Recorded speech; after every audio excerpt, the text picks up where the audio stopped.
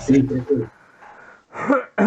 Então, é importante a gente confirmar essas informações aqui, até porque vai ficar gravado, né? Bom, hoje nós então estamos encerrando aí esse estudo, tá? Que a gente tinha proposto aí que faríamos em 4 aulas, né? Então, hoje é a 4ª aula, nós estamos encerrando esse estudo a respeito, então, de vida ministerial, de santidade, de preparação do levita na casa de Deus, né? E esse encerramento aqui, nós queria fazer alguma retomada aqui também de coisas que onde nós paramos, né? Mas antes de mais nada aí, eu queria falar com vocês aí a respeito de uma palavra que eu fui impactado aí, né? E tem tudo a ver com o suquinho instantâneo em pó, né? O refresco, né? Eu estava ouvindo uma live aí com o pastor Augusto Nicodemos Lopes e o pastor Augusto falou o seguinte, que essa pandemia, né? Ela é como se fosse só um instante.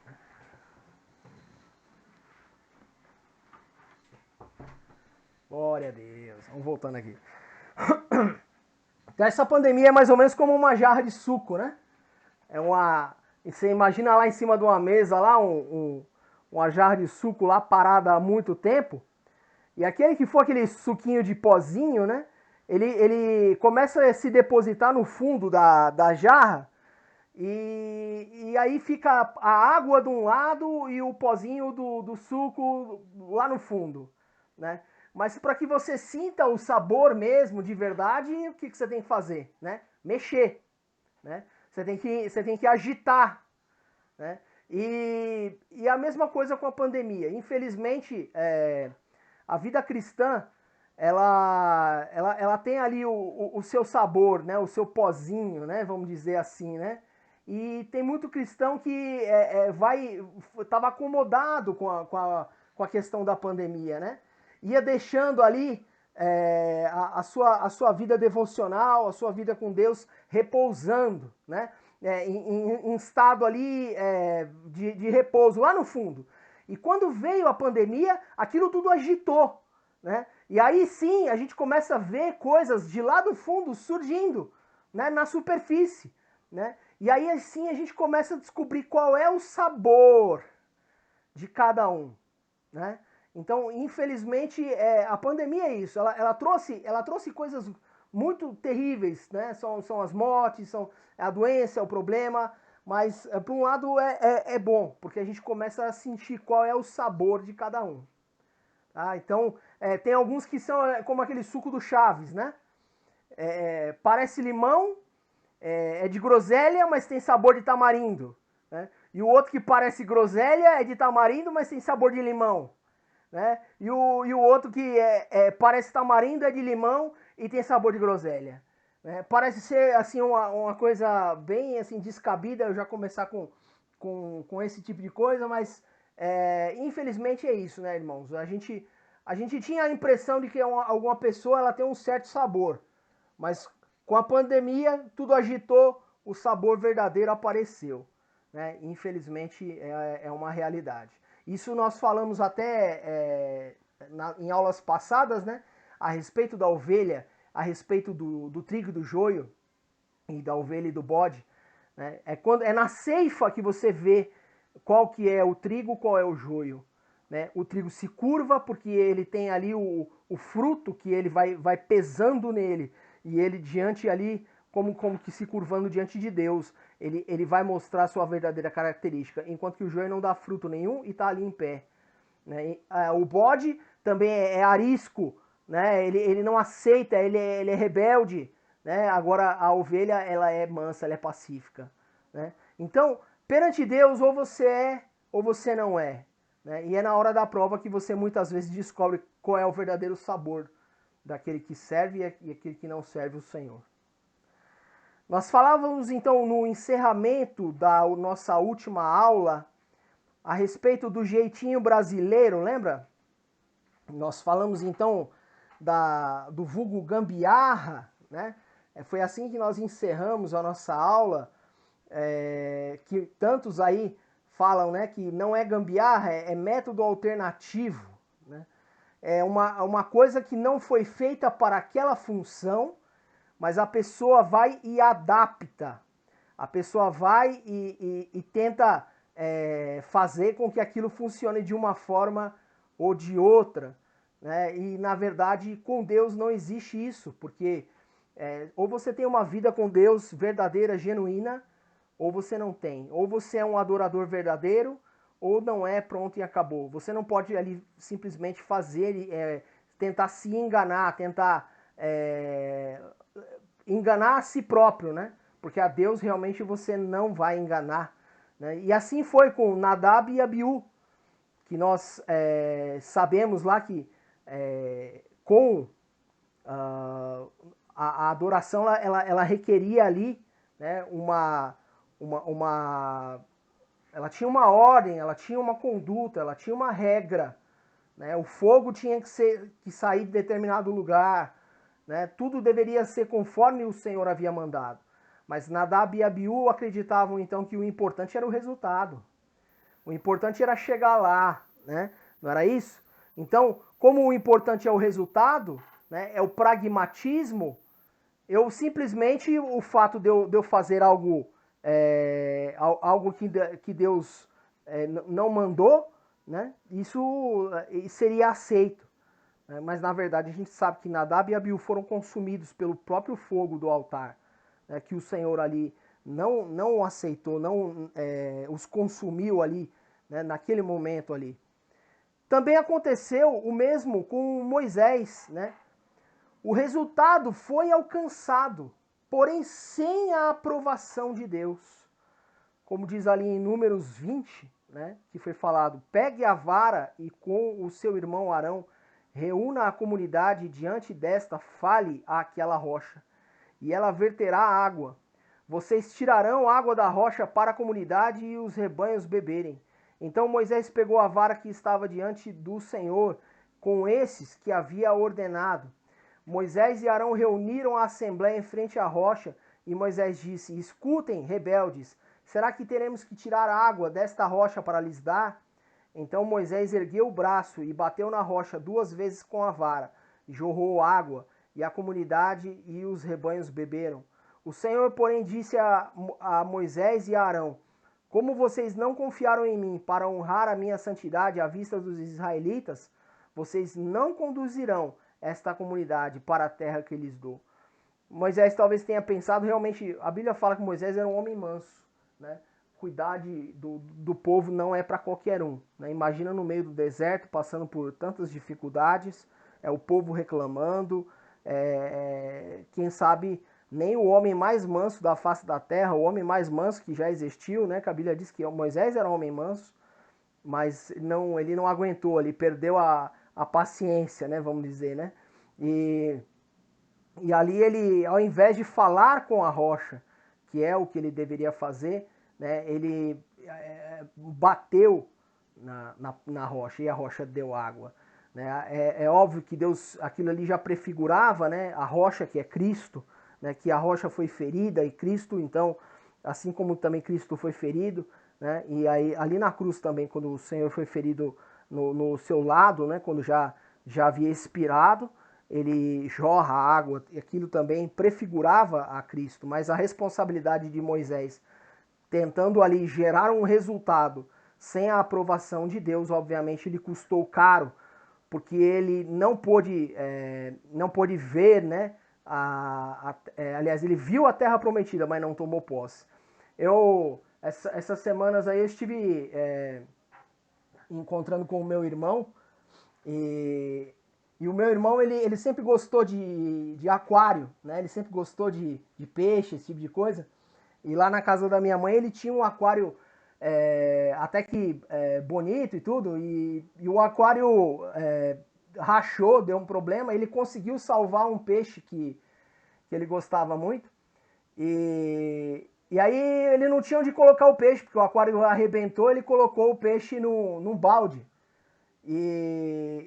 E E colocou a bombinha ligada no balde lá e ficou. O peixe era um peixe daquele tipo king, né, que é aquele peixe grande, né? Uns mais de 10 centímetros, um peixe grandinho até para aquário. E o peixe viveu ali naquele balde ali uns 8 meses. E aí um rapaz amigo dele estava passando lá com um aquário bonito, num móvel trabalhado em madeira, assim, tipo, bonito mesmo, né? Um móvel com um aquário no meio. E aí ele comprou o aquário do rapaz e ele falou, pô, finalmente, né? Vou tirar o peixe do balde.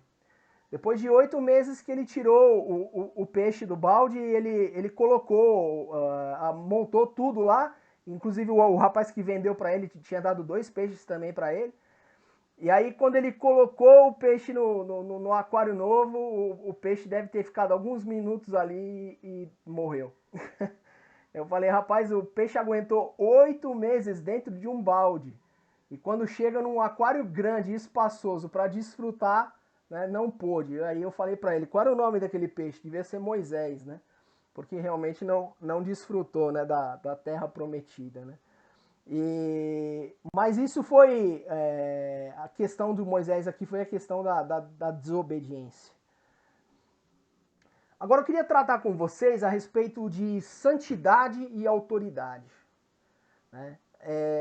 Lembrando daquela parábola onde o Senhor Jesus cura o servo do centurião, lá em Mateus 8, lembre-se que Jesus se oferece, então, para ir à casa do centurião, para ir curá-lo, né? Para que estivesse ali naquele lugar, ali fazendo, né, a cura, né? Estivesse curando aquele servo, né? Mas aquele mesmo servo, como uma prova de fé, ele mesmo vai dizer para Jesus, não, Senhor, não precisa que o Senhor vá para a minha casa, porque eu sou homem sujeito à autoridade, com soldados sob o meu comando. Digo a um vá e ele vai. Digo a outro vem e ele vem. Digo ao meu servo faça isso e ele faz. Então, olha só, e aí Jesus vai dizer, né, que grande fé, que nem entre os israelitas Jesus havia encontrado uma fé como essa. Porque aquele homem havia entendido, né, que Deus, então, que Jesus tinha autoridade sobre a enfermidade. Tanto é que bastava só uma palavra e então o servo dele seria curado. Ele havia entendido dessa maneira. Mas para que exemplificar que ele havia entendido corretamente aquilo que Jesus haveria de fazer, ele mesmo vai dizer, eu sou homem sujeito à autoridade. Em uma linha de comando militar, você tem aquele que comanda e você tem o comandado. E cada uma dessas pessoas, ela tem pessoas hierarquicamente inferiores, abaixo dela, e superiores. Então, aquele centurião estava dizendo, eu tenho homens no meu comando, eu tenho soldados, mas eu também respondo a pessoas que estão acima de mim. Então, logo, a autoridade, ela está sujeita, ela tem autoridade sobre algo, mas há algo que tem autoridade maior sobre ela. É assim num comando. E é assim com tudo que nós fazemos, também no mundo espiritual. Olha lá, em Tiago 4,7 vai dizer, sujeitavos, pois, a Deus, resisti ao diabo, e ele fugirá de vós. E não é uma ênfase muito grande que se dá nas igrejas por aí quando se fala resistir ao diabo e ele fugirá de vós? Parece que a coisa começa daí, né? Resistir ao diabo. Não, você resista, bata o pé, ele vai fugir de você. Quando na verdade a ênfase não deveria ser essa. A ênfase então deveria ser o contrário. Deveria ser sujeitai-vos, pois, a Deus. E com uma consequência da minha sujeição a Deus, da minha obediência ao Senhor, resistindo, então o diabo fugiria de nós. E não que o diabo por si só, né, por uma autoridade conferida a nós do nada, né, ele simplesmente fugiria. Percebe? Isso aí é visto claramente quando nós vemos lá em Atos o relato que tem, né, quando fala lá em Atos 19, a partir do verso 13.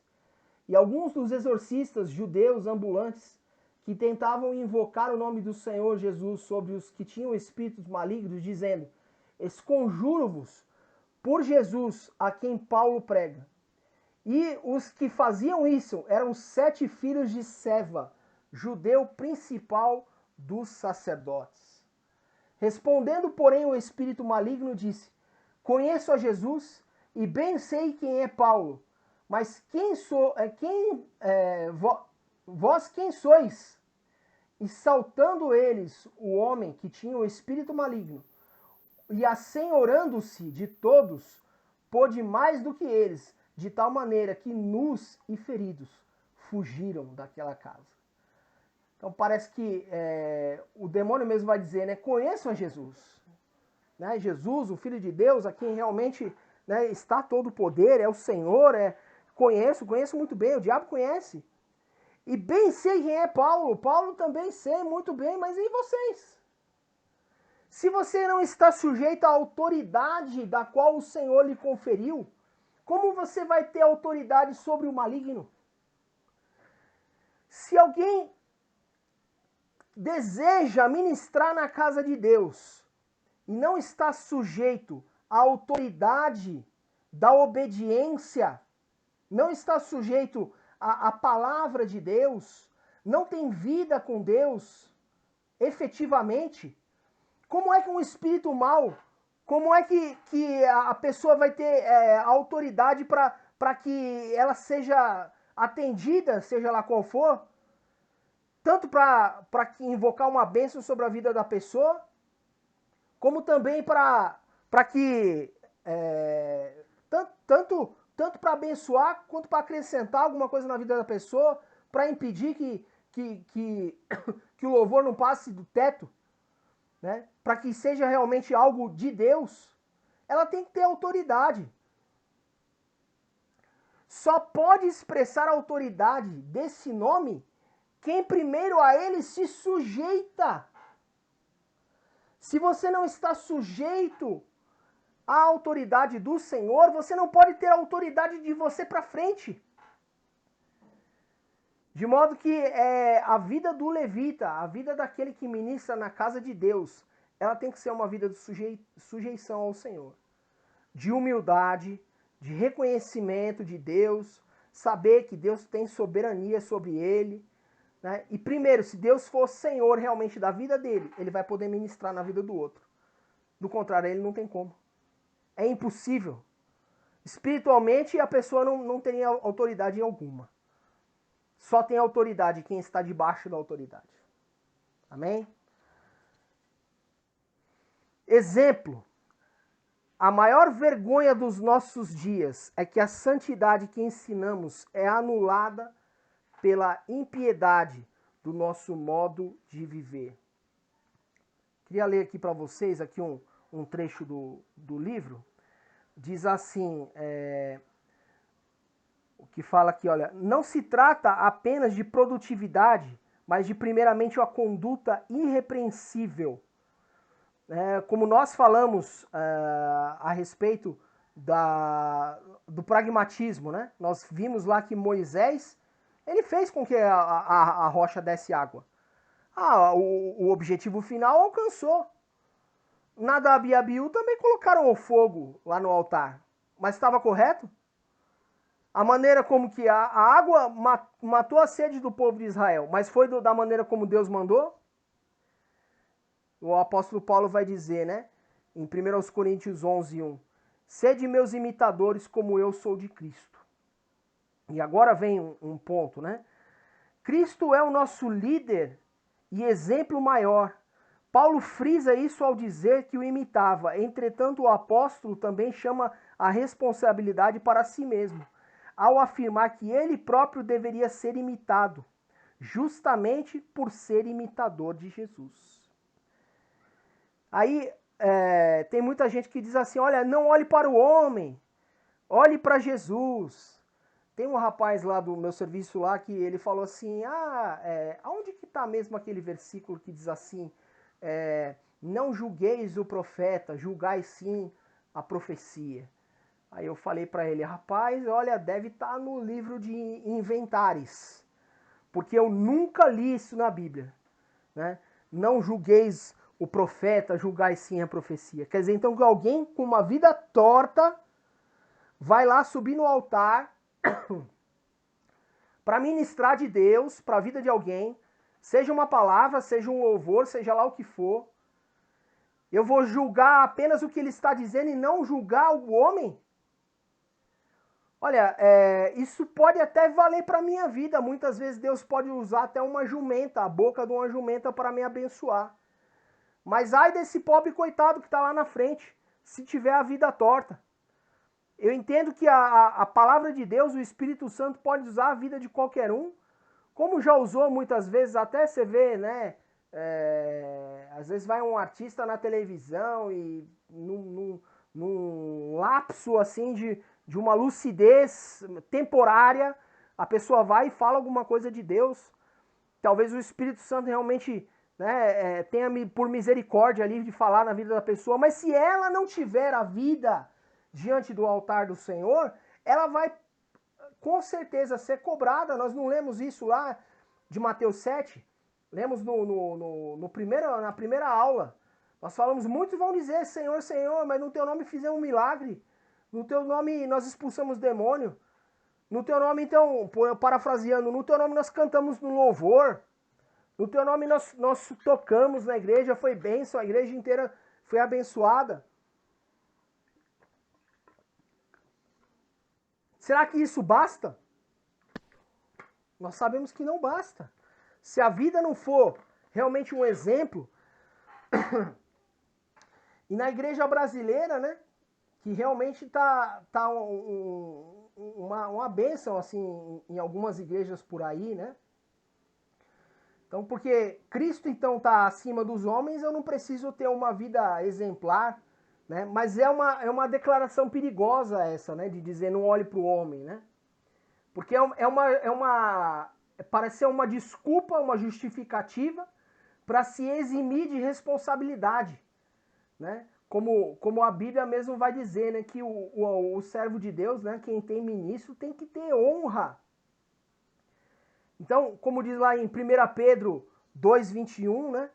Vai dizer, porque para isso sois chamados, pois também Cristo padeceu por nós, deixando exemplo para que sigais as suas pisadas.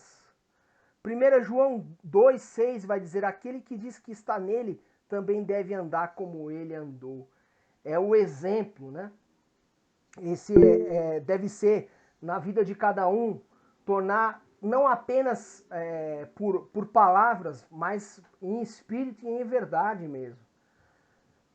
E quem sabe às vezes, né, a gente que tem no ministério ali muitos jovens, né, possa pensar assim, mas eu sou jovem, para mim realmente é difícil, né, as pessoas podem desprezar aquilo que eu estou falando, aquilo que eu estou dizendo, né, e o próprio Paulo vai dizer para Timóteo, né, em 1 Timóteo 4,12, ninguém despreze a tua mocidade, pelo contrário, torna-te padrão dos fiéis na palavra, no procedimento, no amor, na fé e na pureza.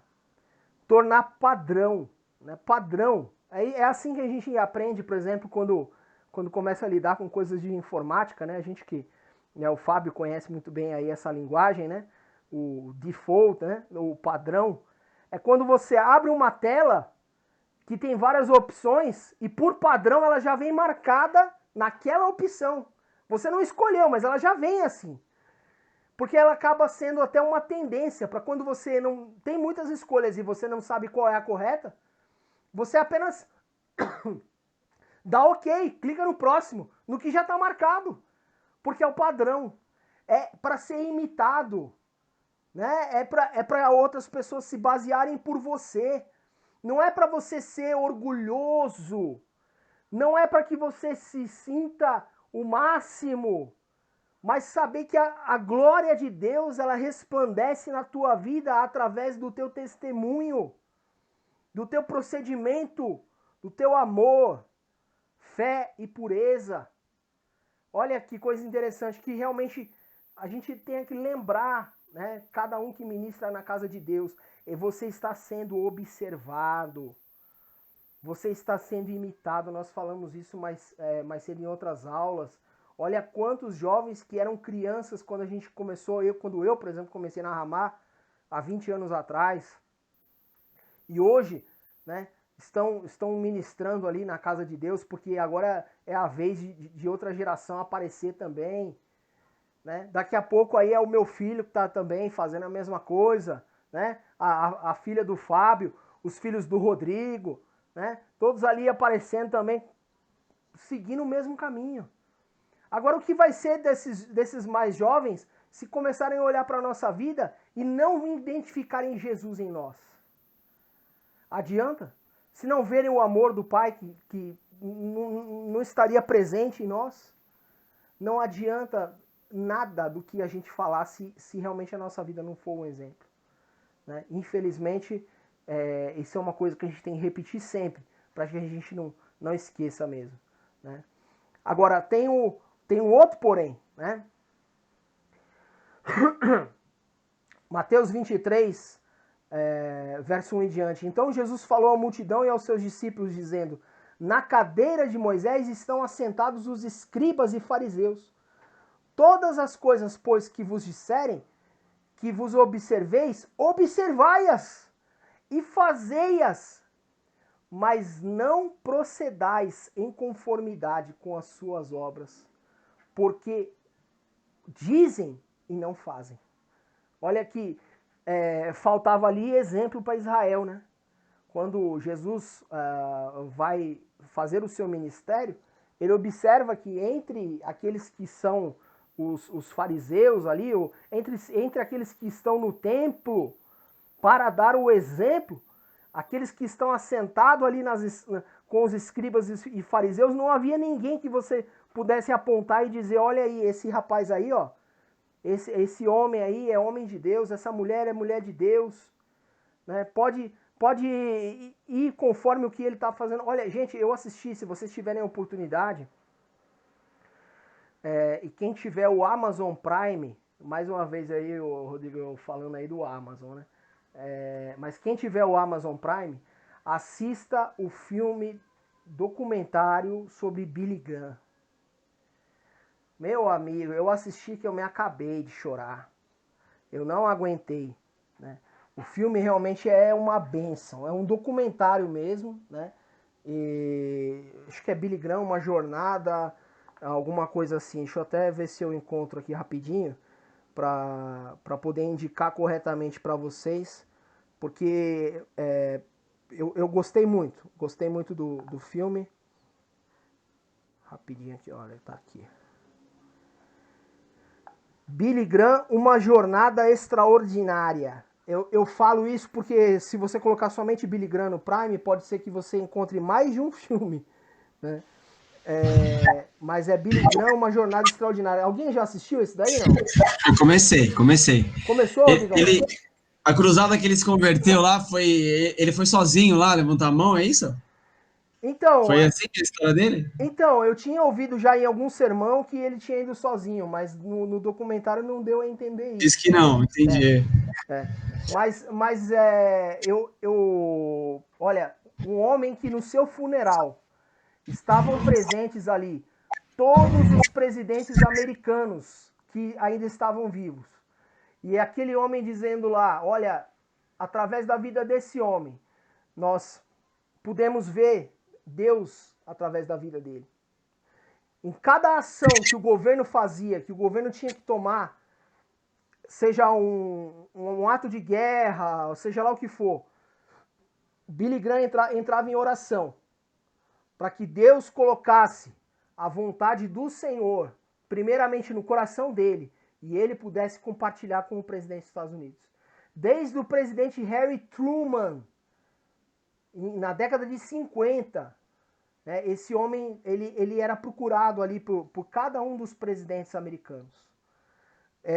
Na década de 80, na época da União Soviética, quando a cortina de ferro ali, ela impede de que qualquer americano pudesse chegar, né, aí a um local público na União Soviética, em 88 ele é convidado para ir a Moscou, para falar a um grupo de pessoas. E quando ele chega lá, tem o estádio lotado.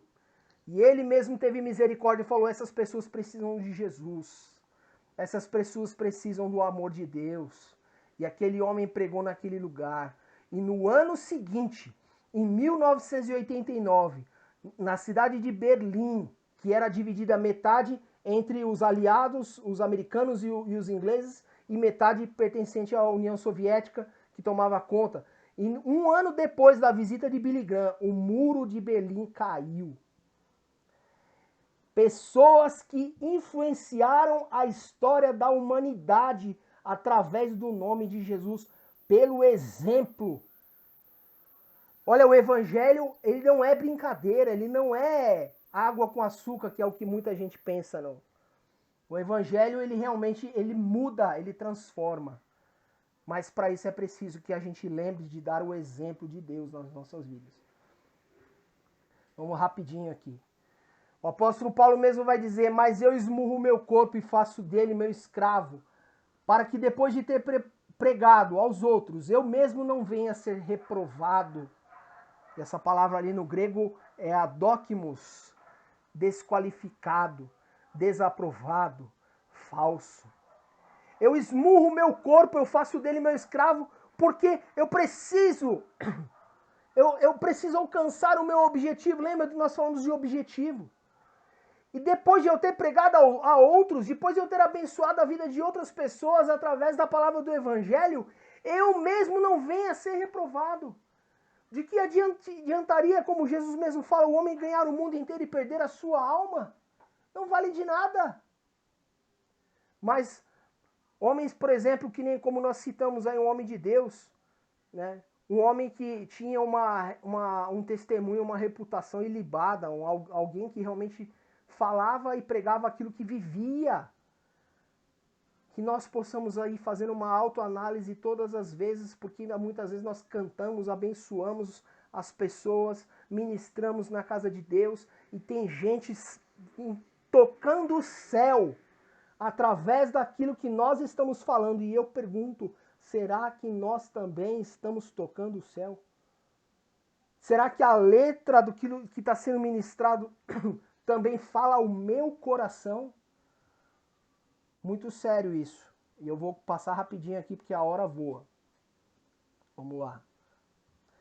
E é interessante, né? A glória não é só sua. Tem aí um porém aí, né?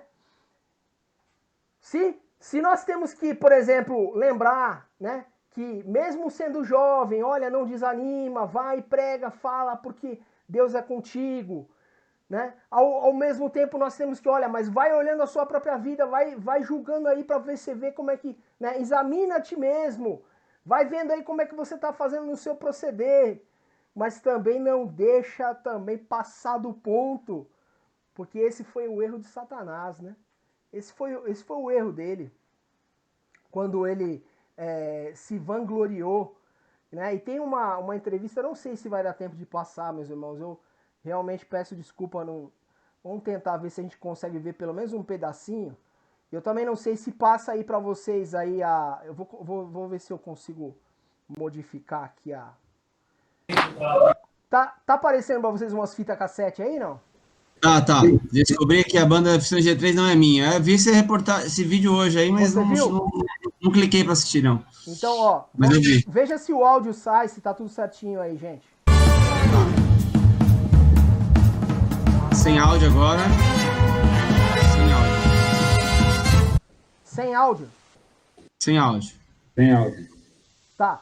Vamos fazer o seguinte, eu vou deixar depois então esse vídeo para vocês. Você manda você manda no grupo lá. No link. E o próprio Juninho, ele vai falar a respeito daquilo da experiência que ele teve com Deus. E deixa eu tirar aqui, peraí. E depois aí a gente compartilha junto, tá bom? Mas é tranquilo, Vamos caminhar para o nosso encerramento aqui. Voltando então para 1 Timóteo 3, só para a gente encerrar, é necessário que o ministro seja irrepreensível. A palavra vai falar, deixa eu abrir aqui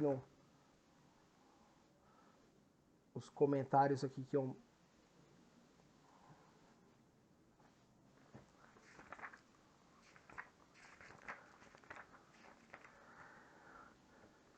Então, o que vai falar lá, olha, irrepreensível é que não é apreendido, que não se pode repreender, não censurável. Quer dizer, não de fala perfeita, mas de alguém que não anda no erro, que não merece ser corrigido, que aponta para o exemplo que deve ser seguido no padrão ensinado por Cristo. Esse é o irrepreensível, não aquele que não aceita a repreensão, mas é aquele que não é preciso repreender, porque ele já anda no modelo de Cristo. 2. Esposo de uma só mulher ou um relacionamento amoroso abençoado, seja ele jovem aí que estiver namorando ainda, né, que ele faça isso com entendimento, né, mas não vivendo uma vida dupla, né, tem aí coisas que... uma conduta errada em relação à pessoa com quem ele está se relacionando, e aí espera ministrar na casa de Deus. Isso não existe, tá bom? Uma vez eu vi uma pessoa, não vou dizer se é na nossa igreja ou não é, até para não constranger ninguém, mas a pessoa falou, olha, você não tem direito de falar isso da minha vida. Mas como não tem direito? Você que não tem direito de subir no altar de Deus se você está fazendo coisa errada, né? Isso aqui é Bíblia, isso aqui é igreja.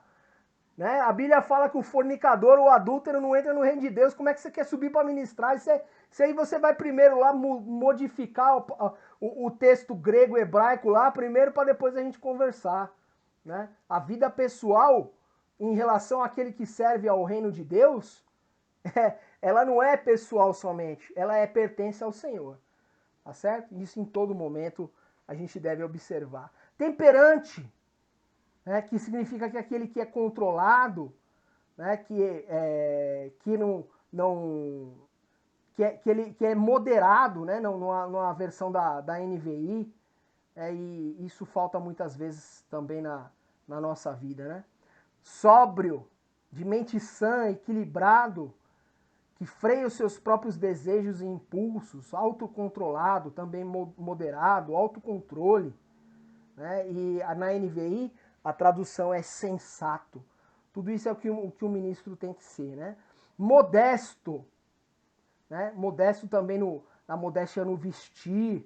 Né? Não, no sentido também, a Almeida Corrigida também colocou como honesto. Né?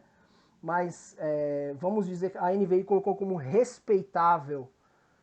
Isso tudo aí está dentro da mesma palavra, né? Está dentro da mesma palavra, porque tem quem não se comporta de maneira modesta ou de maneira respeitável, não transmite o respeito também de Deus.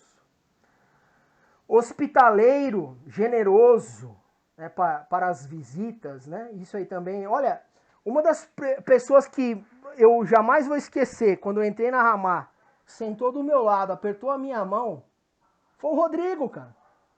O Rodrigo talvez não lembre-se disso, mas quando eu entrei na Ramá foi um dos caras que veio me receber. Né? E eu jamais esqueci isso, né? Da maneira como eu tinha sido bem recebido naquela igreja. Né? Eu tinha vindo de um outro ministério, o Rodrigo não sabia nada a respeito da minha vida, mas ele me abraçou ali, cumprimentou, e aquilo eu me senti acolhido. E isso a gente deve fazer uma constante na nossa vida, né? Uma marca daquele que serve ao Senhor. E a gente tem, não na nossa igreja, não ouço falar, mas tantos lugares aí que o músico nariz empinado, que o ministro é nariz empinado, não olhou para mim. É muito fácil das pessoas julgarem a gente assim, né? É verdade. Porque a gente tem um papel muito exposto, né? E aí nem sempre você consegue abraçar todo mundo. Sim, sim. Mas tem que tomar cuidado, sim, né? Senão a gente é taxado mesmo como os metidos, arrogante, os caras que, né, que são, né? É verdade. Aí vem o próximo aqui, ó. Apto para ensinar, como aqui nós estamos fazendo aqui. Aí você fala assim, não, mas eu não tô pronto para dar aula, não estou pronto para dar um estudo, né? Mas se você recebeu de Deus algo, você tem realmente alguma coisa para dar, né? Então, ainda que seja para falar para uma pessoa, né? Não tem cristão que não fale do amor de Deus, né? Senão realmente é um sal que não salga, é uma luz que não ilumina. 8. Não dado ao vinho. Ali está falando a respeito de. Vamos incluir qualquer tipo de vício, né? Qualquer tipo de vício. A pessoa não pode ser viciada para estar ministrando na casa de Deus. Rapidinho.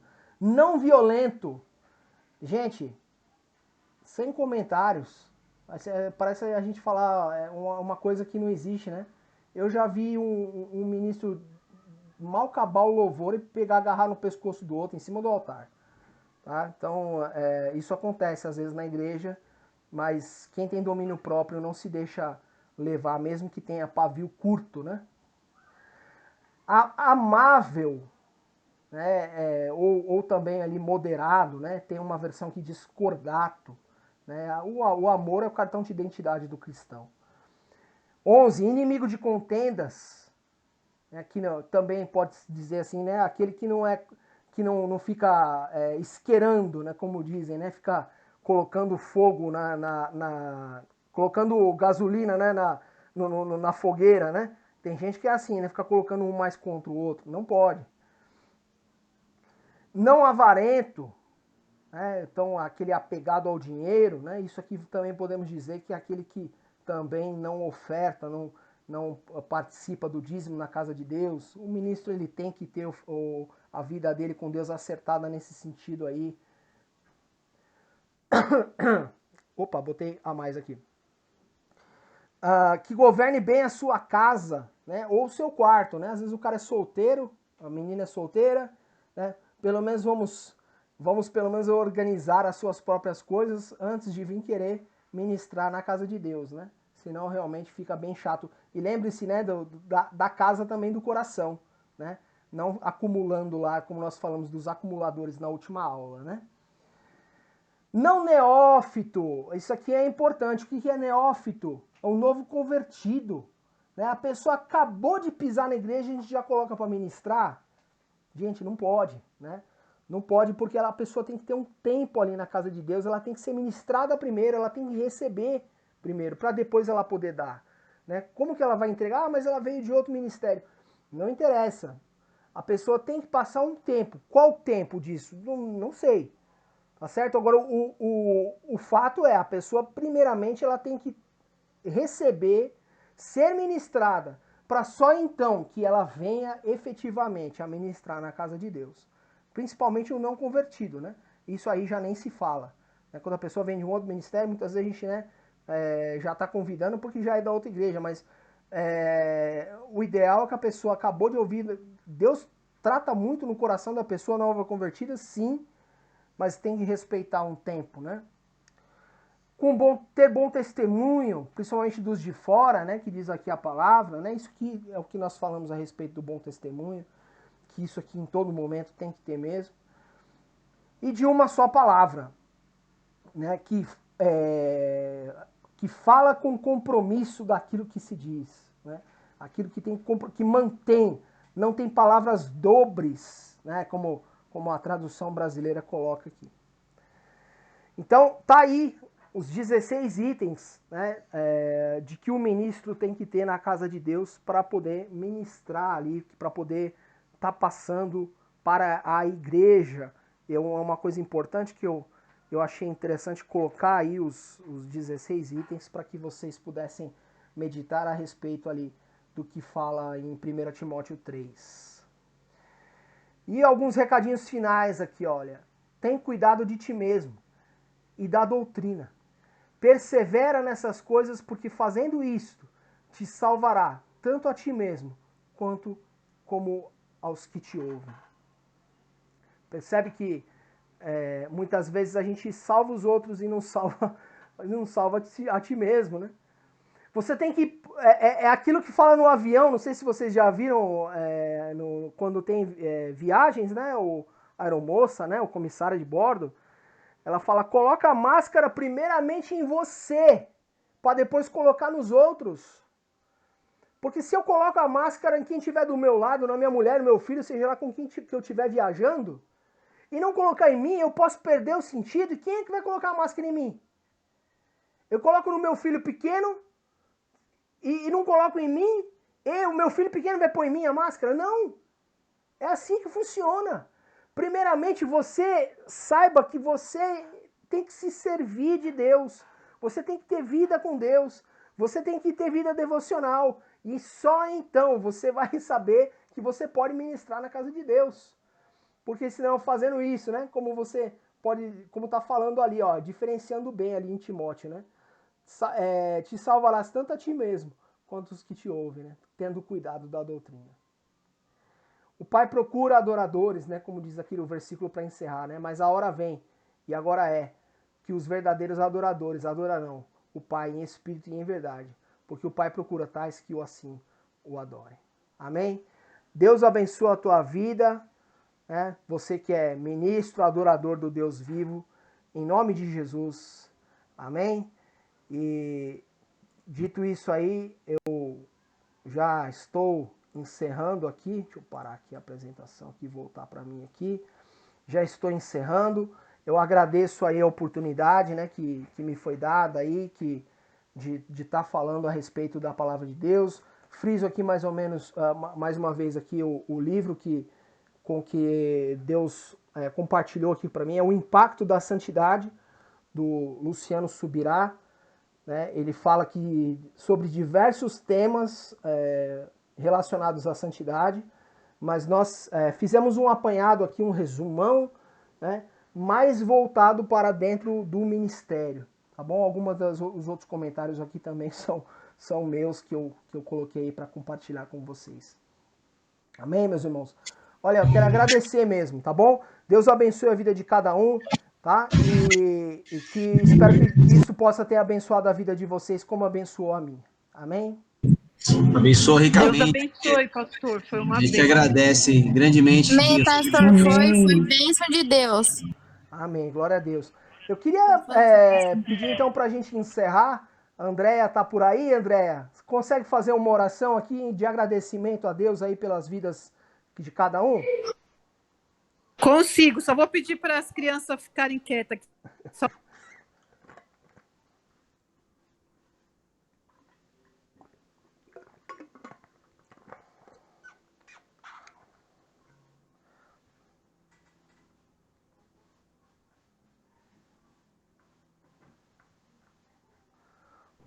Foi muito rápido. Acabou muito rápido. Como é que você conseguiu fazer isso? Normal em 1 hora certinha. Tem que dar uma Até corrida. Estão me ouvindo, gente? Tô ouvindo sim, Andréia. Irmãos, estão me ouvindo? Sim.